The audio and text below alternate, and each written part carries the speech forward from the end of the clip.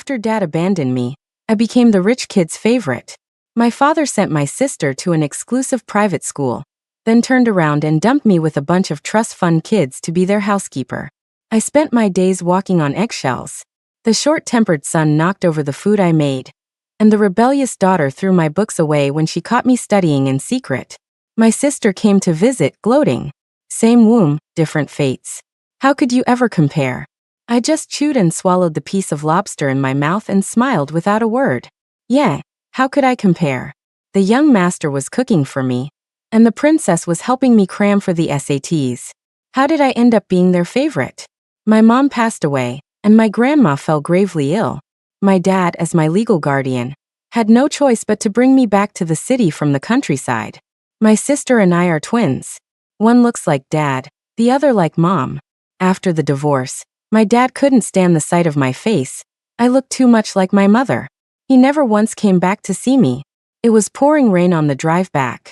My sister sat next to Dad in her delicate princess dress. I sat in the back, wearing cloth shoes caked with mud and carrying my school bag, watching their touching father-daughter moment. Just as I was starting to imagine how I would get along with them, the car pulled up in front of a modern villa. What teenage girl doesn't dream of being a princess? I stared at my dad, stunned. I had no idea his business had gotten this big in just a few years. Get out. My dad's voice was cold. Before I could even process it, my sister had linked her arm through his. She turned back to me with a sly look. This is where you'll be staying, little sister. Confused, I followed them inside. The moment we were through the door, my dad's demeanor switched to one of fawning subservience. A group of teenage boys and girls were sitting on a rug in the middle of the living room, playing a board game. Young masters, young ladies, this is my niece from back home. She's here to be your live-in housekeeper. His words hit me, and my eyes instantly welled up. Niece. Worker. The blood rushed through my veins. This man, the father I had missed day and night back in the country, suddenly seemed terrifyingly cold. I watched as my dad and sister walked right past me without a single glance. My sister's heels clicked on the floor as she leaned in close, her voice dripping with mockery. Work hard, little sister. And be careful. This family is not to be messed with. I stood frozen in the living room. Just like that, my princess dream shattered. A new identity awaited me. Live-in housekeeper. I rubbed my eyes with my sleeve, wiping away the tears before they could fall. At least I have a place to stay. After Mom died, I lived alone in the countryside.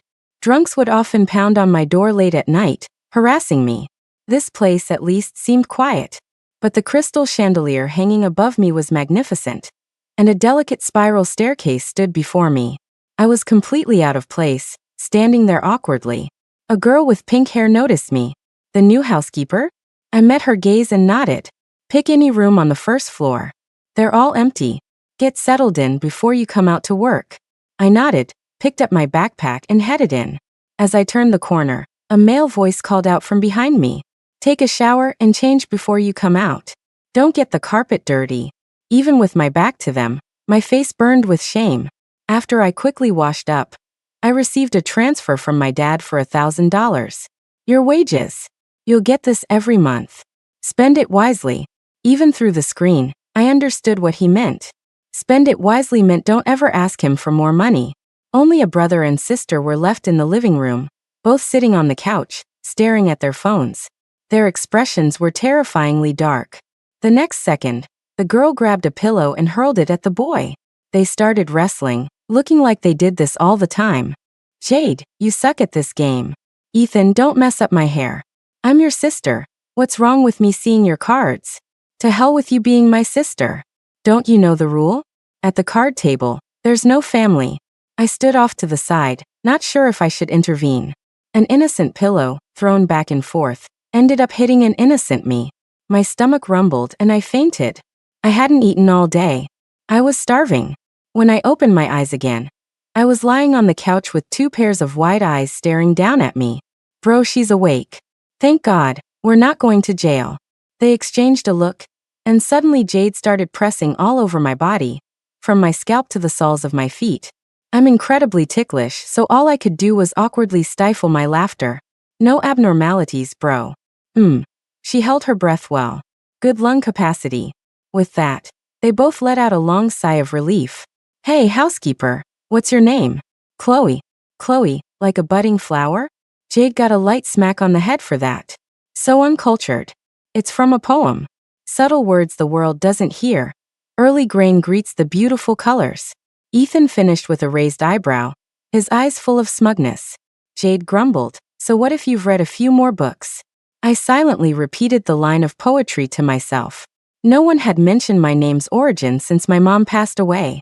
Seeing that I was fine, the two of them went back to their phones.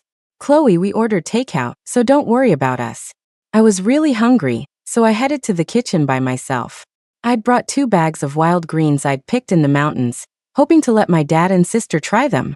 The kitchen was so clean it looked like it had never been used. The fridge was filled with nothing but drinks. I took out the greens from my bag, stir-fried them, and threw in a handful of ramen noodles. It was enough to fill my stomach. I was enjoying my meal when Jade came to the dining table with bags and bags of takeout.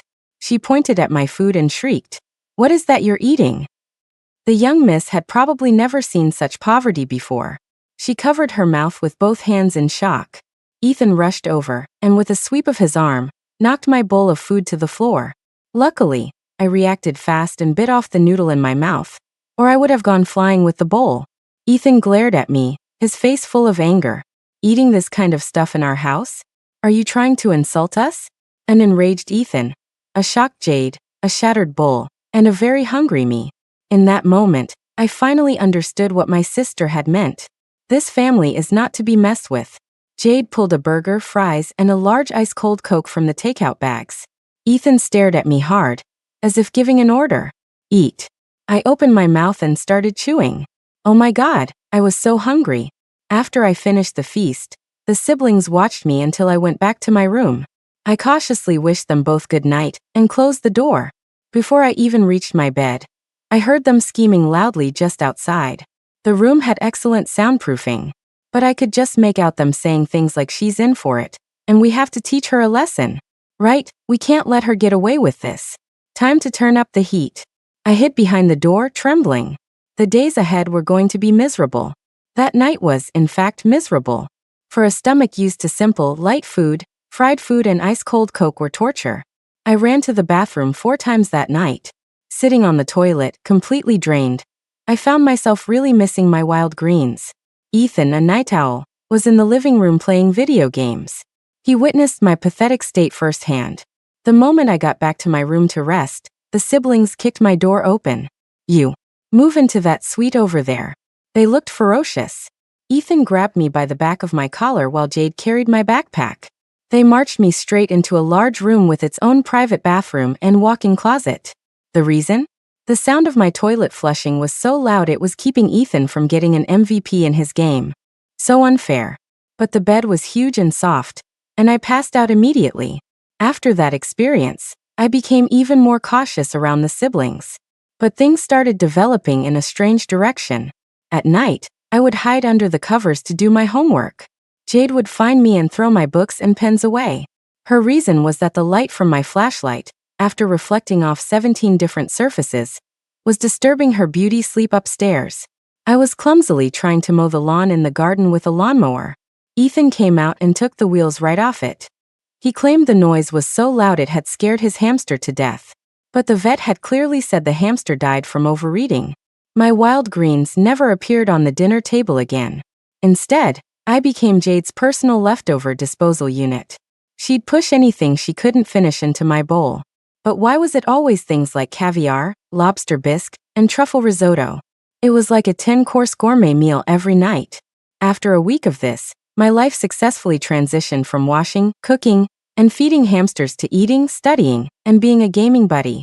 Of course, the studying involved Jade's endless supply of SAT prep books and her one-on-one tutors.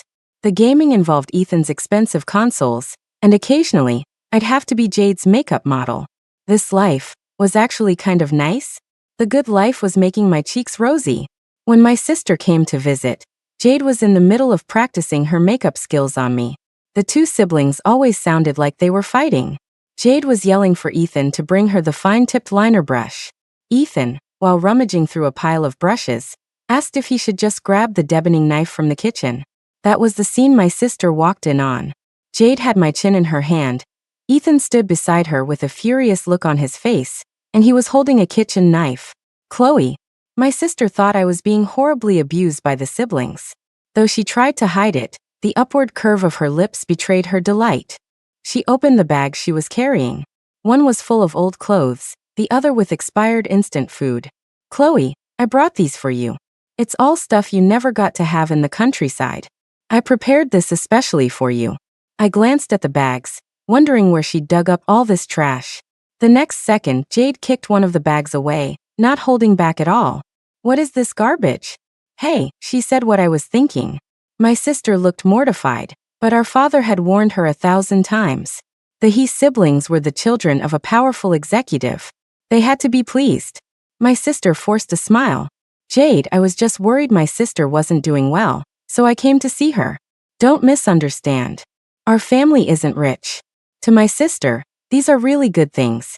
My sister had always been a master at playing innocent. Jade shot her a look.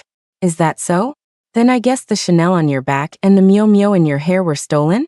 My sister's mouth twitched, but she bit her tongue. Ethan put down his phone and walked over, seemingly to play peacemaker. Seeing Ethan approach, my sister immediately started batting her eyelashes, tears welling up. Ethan crouched down to look at her, his voice impatient. Jade, how could you say that? They're all last season's styles. Not worth much anyway. Oh, by the way, Chloe's sister, that hair clip, it's a fake. Ethan's takedown left me speechless. My sister completely lost it.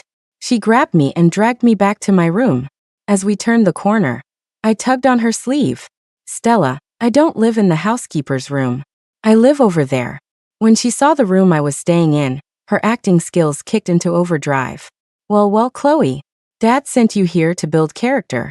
But all you do is find ways to seduce people, getting these two to stick up for you.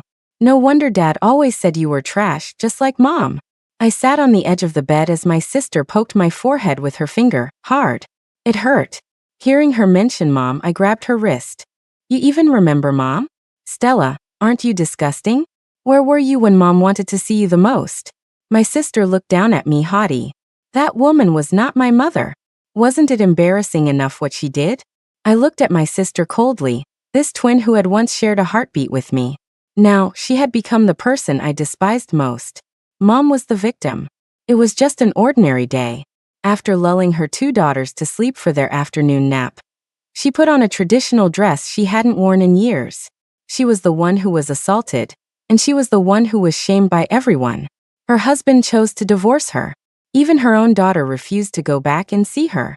The criminal walked free. My father was bought off by the perpetrator, getting a promotion and a raise, while my mother's world became an endless abyss. She was tormented until the very end of her short life. I stood up, grabbed my sister by the collar, and slammed her against the wall. In the years we were apart, she had sent me things a few times. A worn-out doll, a half-used notebook, a yellow dress.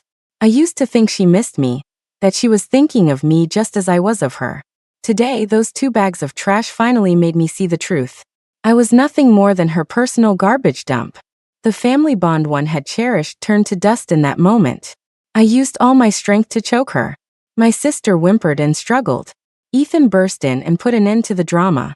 I looked at my sister, gasping for air on the floor, and this time, all I felt for her was hatred. You just wait. I'll have Dad deal with you. I calmly straightened my clothes and went back to my desk. The He siblings stood on either side of me like guards. Why are you guys so nice to me? I finally asked the question that had been bothering me for days. Jade always said she was just making me finish her leftovers, but the food she handed me was always a freshly served portion. Ethan always called me dumb when I played games with him, but he would still patiently teach me. They both had sharp tongues, but their actions were always so soft-hearted. Jade scratched her head. Because I'm a good person. Ethan tapped her on the head. Chloe, we're not saviors. Let's just say we clicked. And you're not like us. I think you deserve to have your own life. I imagine you don't want to be a housekeeper for the rest of your life, do you? I didn't quite understand what Ethan meant, but the very next morning, Jade dragged me to school. Let's go, my little study buddy. From today on, you're coming to school with me. Jade tilted my chin up, looking ecstatic. I was in the same class as Jade. She dropped her backpack and ran off. The young miss has to go learn her arts and crafts. You stay here and pay attention in class. My desk mate was a boy who looked very quiet. He wore black, half-rimmed glasses and a neat, clean school uniform. Hi, I'm Leo. I nodded. Chloe. It had been a long time since I'd been to school, and I was behind on a lot of subjects. Studying on my own at night was just a drop in the bucket. The teachers here were excellent. I listened with my full attention, not wanting to miss a second. During the break, I worked on practice problems. The material here was much harder than what I was used to. I stared at one problem for a long time, completely stuck. Leo noticed my struggle and took my workbook. This one you can. His explanation was clear and simple, and I couldn't help but feel a sense of admiration for him. Chloe, what are you doing here? It was my sister's voice. She was holding a cake, dressed up and looking nothing like a high school student.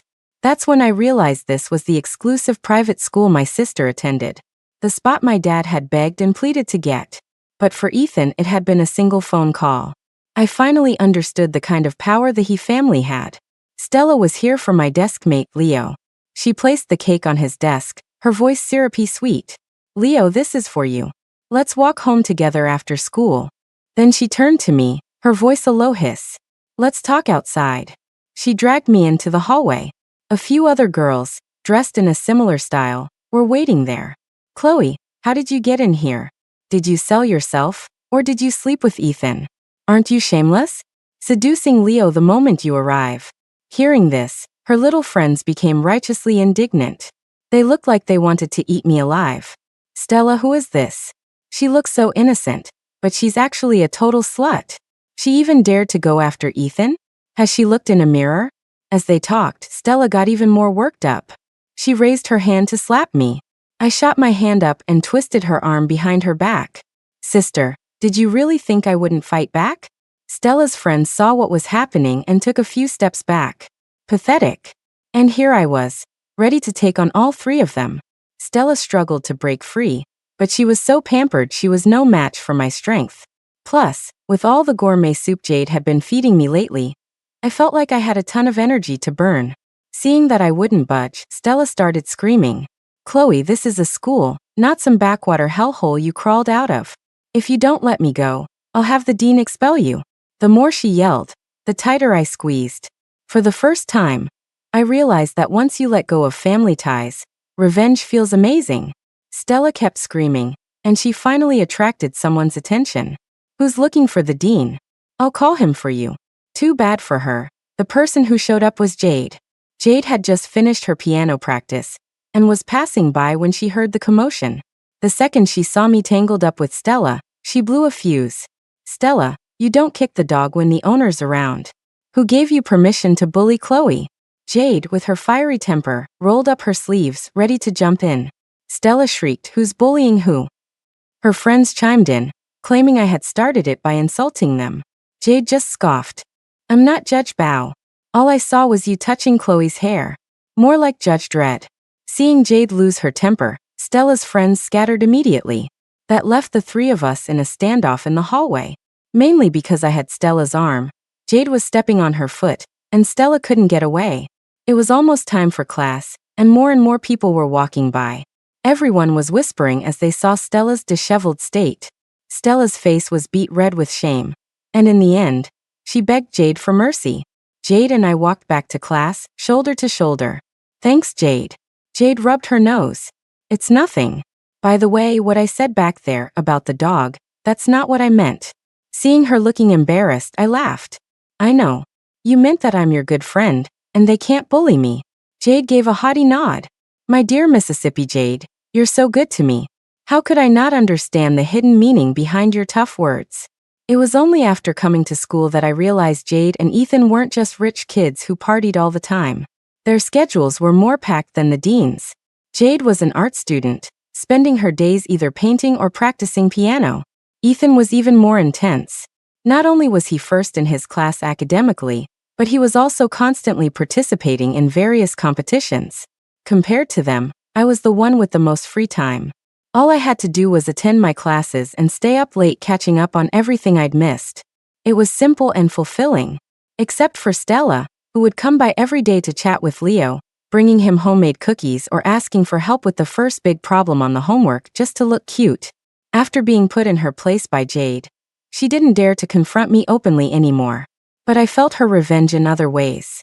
For 2 months, my dad didn't send me a single penny. But I didn't care. The He siblings gave me way too much. Life continued on its steady course. I did well on the midterms, scoring just 20 points below Ethan, and ranking in the top 20 of our year. I was very happy with my results. Leo looked at my report card and gave me a thumbs up. "Chloe, you're smart and you work so hard. I really admire you." Leo invited me to study together after school.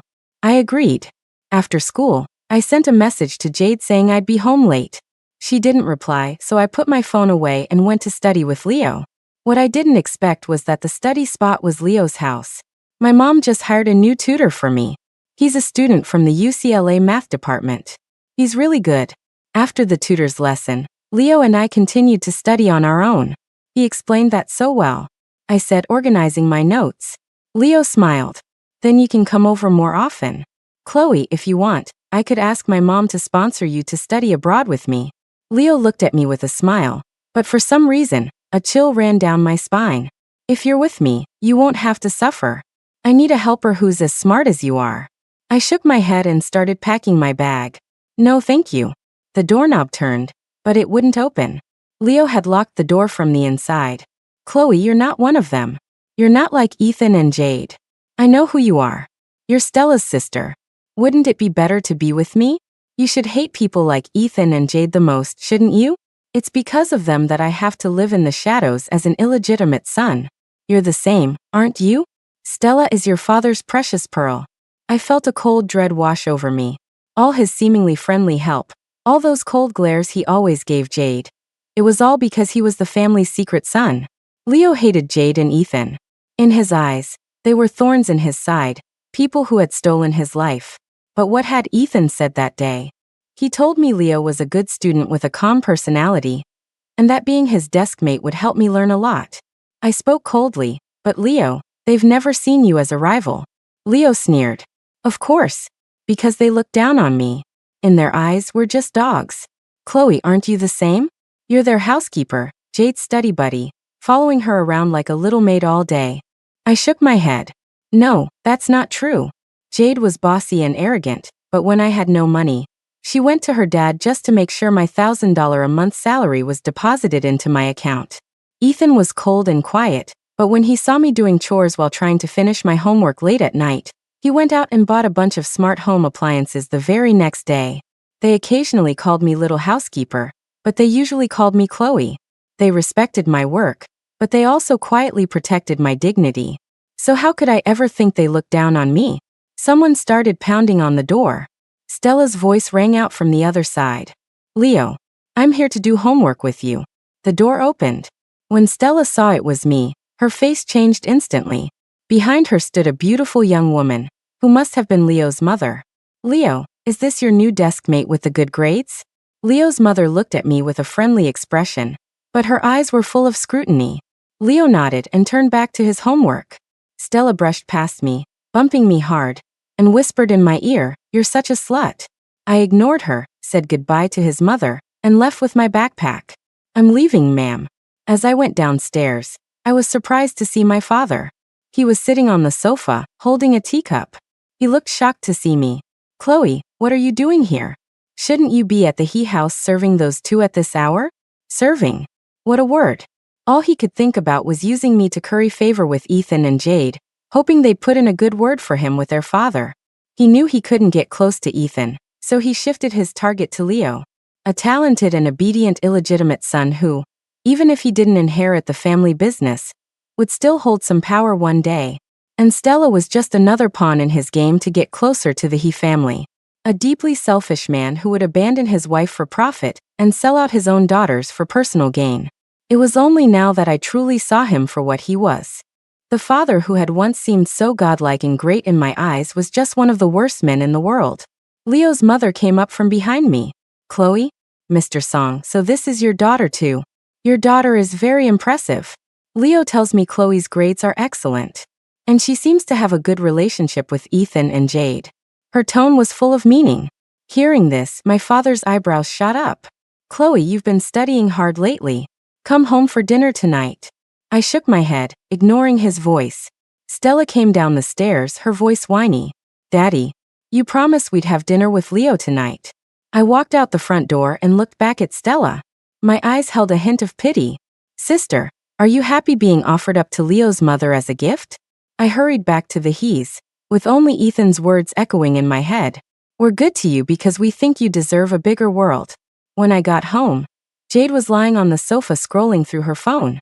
Ethan was busy tinkering with his drone. They both looked up at me at the same time and said in unison, "You're back." Jade pointed to the dining table, meaning she'd saved me some dinner. A message from Leo popped up on my phone. Chloe, think about it. We're the same kind of people. I turned off my screen. For some reason, my eyes started to sting. Ethan, Jade, why are you so good to me? They looked at each other, their eyes filled with panic. Who bullied you? Jade jumped up from the sofa, ready to fight on my behalf. I couldn't help but smile, a tear falling to the corner of my mouth, tasting salty. They took me up to the rooftop for a barbecue. The summer night breeze felt warm on my face. Chloe, do you envy my life and Jade's? I nodded, then shook my head. For me, meeting the two of them was the luckiest thing that had ever happened to me. To envy anything more would be shameless. Ethan continued, Jade and I never had to worry about food or clothes growing up. Everyone treated us with respect because of our father's position. We have to admit, we've enjoyed this privileged life. But because of it, we also have to bear certain responsibilities. I have to study business and take over my father's company. And Jade has to master the arts, to become a proper socialite. Our lives are happier than most, but our choices are also more limited than most. Ethan grilled 2 ears of corn, which Jade immediately snatched. She chomped on one and handed the other to me. Jade stared at me. Chloe, do you remember? The day you first arrived, you brought a handful of wild greens, still smelling of the earth. You were afraid we'd look down on you, so you hid in a corner to eat by yourself. At that moment, I thought this girl is so cute and so pitiful. I blinked. But I didn't do anything, and you were still so nice to me. Jade punched me lightly. Of course you did. The first day you were here, you cleaned the shoes I left by the door. When I practiced makeup on you, I always made you look ridiculous, but you never complained. The clothes I'd just toss on the floor, you'd always quietly wash them by hand for me. But you shouldn't be living a life like that. Jade grinned at me. Chloe, just think of it as meeting your saviors. You're not our little housekeeper. You're our little favorite. Ethan also gave a rare smile. Chloe, we just have a lot more money than you. I'm willing to be the wind beneath your wings. So you have to fly as high as you possibly can. After the midterms, the school held a parent-teacher conference. Here, the main topics of conversation were whose family drove the fanciest car, and whose parents carried the most expensive bags. None of that mattered to me. I found an empty classroom to study in. I didn't want to waste a single moment.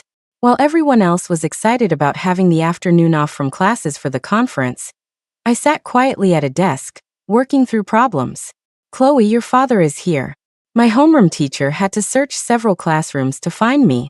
When I got back to the classroom, my father was standing at the front, sharing his parenting wisdom as the father of a top student.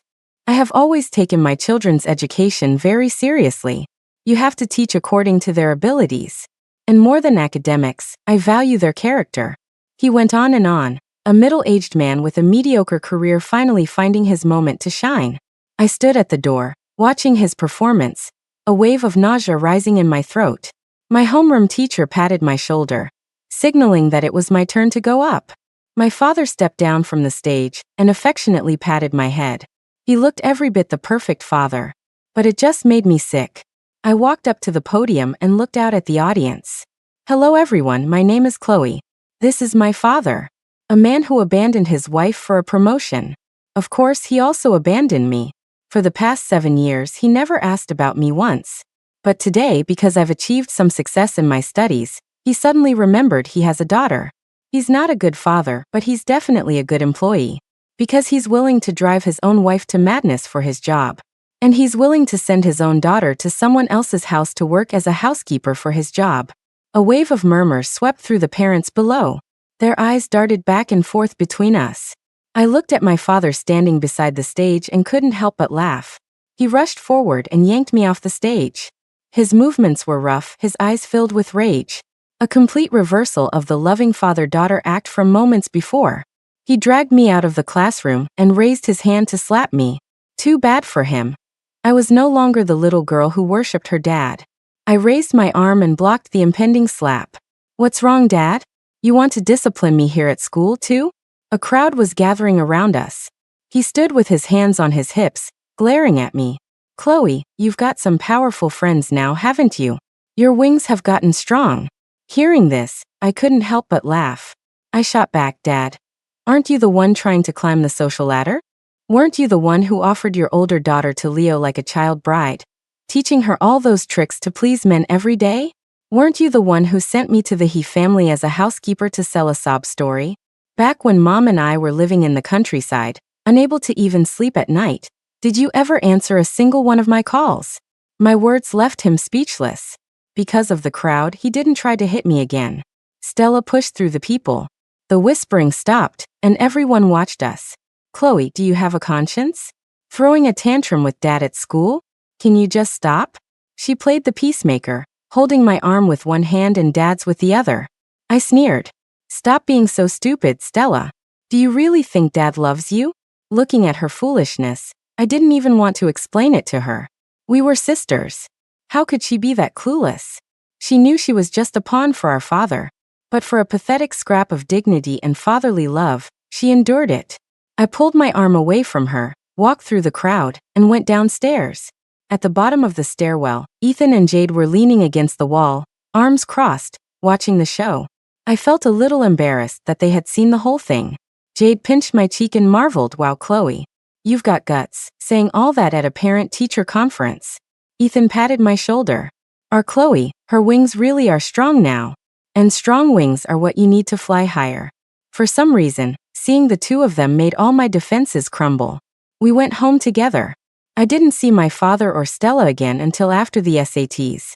Ethan mentioned once that word of the parent-teacher conference had gotten back to my father's company. A father figure that selfish was deemed unfit to be a shareholder in the He Corporation. His plan had failed, so he pinned all his hopes on Stella. After that, Stella didn't come to school much. Her dad was always taking her to various parties to meet all sorts of rich heirs. I no longer cared about anything they did. Hearing about it didn't stir any emotion in me at all. My life became stable and full, filled with studying, Ethan and Jade. The entire month after the SATs was the best time of our lives. Ethan got early admission to UCLA, Jade was accepted into an art school abroad, and based on my practice scores, I felt like I did well. We spent that time completely carefree. Later, I got my acceptance letter from Columbia University, just as I'd hoped. 3 people in 3 different cities. But on the day we parted, there was no sadness. Ethan took me to the station. "Chloe, remember that I'm your founding investor." I grinned at him. "I'll remember. Thank you, Ethan. I promise this stock won't disappoint you." Ethan waved his hand. "I'm not looking for a return on investment. I just want all your dreams to come true." I went through the gate and waved to him. After getting on the train, I received a voice message from Jade. She sent a few touristy photos from overseas. I played the message. She was as stubborn as ever. "Chloe, you must miss me a lot. But it's okay. The next time we meet, we'll be adults." I typed back a few words. "Yes, Jade, I miss you. I miss you a lot." She replied with a selfie of her blowing a kiss. For 4 years of college, I worked part-time while I studied. Ethan sent me money every month like clockwork, and Jade often sent me packages from abroad, cosmetics, clothes, you name it. Their actions made me work even harder. Those 2 stubborn people always spoke louder with their deeds than their words. 4 years later, I was accepted to study abroad on a government scholarship. Coincidentally, the university was in the same city where Jade was studying. But the day I arrived was the same day she was flying back home after graduation. We had a brief, hurried meeting at the airport. Jade hugged me, her eyes filled with tears. And just like that, another 2 years passed. When I returned to the country, I was a tech consultant for a drone company. The first time I saw Ethan after coming back was at a business dinner. He had taken over the He Group and expanded its business empire, one part of which was drones. He sat across from me in a tailored suit, but all I could think of was how he used to stay up late, taking apart a single drone and putting it back together, over and over. He studied business to inherit the family company, but in the end he managed to ride the drone wave on his own terms. And after 6 years, I had finally made something of myself, able to offer a small return on the kindness they had shown me for no reason at all. After the dinner, everyone else left. Ethan looked at me. "Dr. Song, long time no see." I nodded. "Long time no see." Ethan took me to see Jade's art exhibition. The girl who once scribbled on my face now had her paintings hanging on a gallery wall, admired by thousands. Jade. Jade turned around at the sound of her name, and her eyes reddened the moment she saw me. "Chloe, you missed me." We went back to the old house. The three of us sat on the terrace and raised our glasses in a toast. A toast to Ethan, for taking over the family business and still embracing his dream. A toast to Jade, for resisting an arranged marriage and becoming a dedicated artist. And a toast to me, for being abandoned and then lifted up to become myself. The end.